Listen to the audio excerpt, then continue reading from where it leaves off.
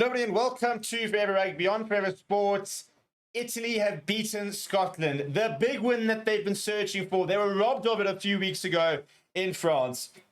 They held on literally right to the end to beat Scotland by just 2 points. An absolute classic Six Nations clash. Scotland's chance for the Six Nations almost pretty much done. 29 points to 31 is how it did end over in Rome at the Stadio, a packed out Stadio Olimpico, witnessing a phenomenal result. Tears on the eyes of the Italians. Scotland, well, I'll tell you what, at one stage they looked like they were going to cruise home, but the second half we're absolutely nowhere. And this Italian side, I've been saying for a while they're on the rise, and had they beaten France, which I believe they should have, they'd actually currently be second on the Six Nations log. So no longer just participants. This Italian side is genuinely competitive.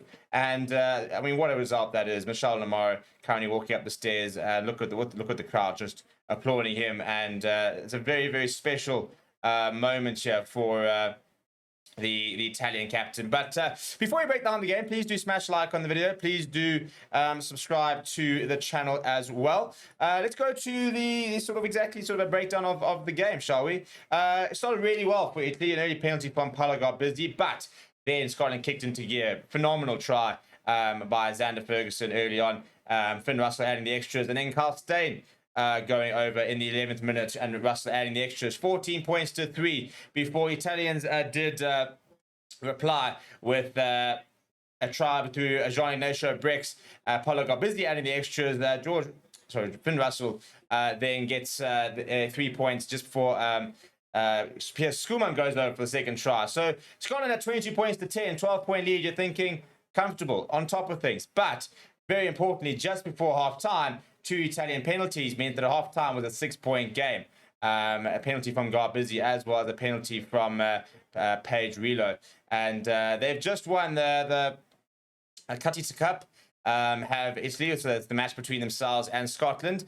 And for the second half, though, on debut, Louis Lynach getting a try in the 43rd minute, Stephen Varney adding the extras, Paolo Garbizzi with 2 a conversion and a penalty goal. Then a bit of late hope for Scotland as they went over in the 77th minute. Finn Russell adding the extras as well. And if we then look at some of the stats, very, very interesting to see if you look at sort of the points flow chart as well as the possession. In the first half, Scotland had all the possession. In the second half, Italy really dominated possession. So let's look at some of the stats. Penalty goals 4-1, 4 tries to 3. So Scotland do come away with 2 losing bonus points, but you can see the disappointment in their faces because they were pushing for potential Six Nations title, and that is pretty much taking them out of it.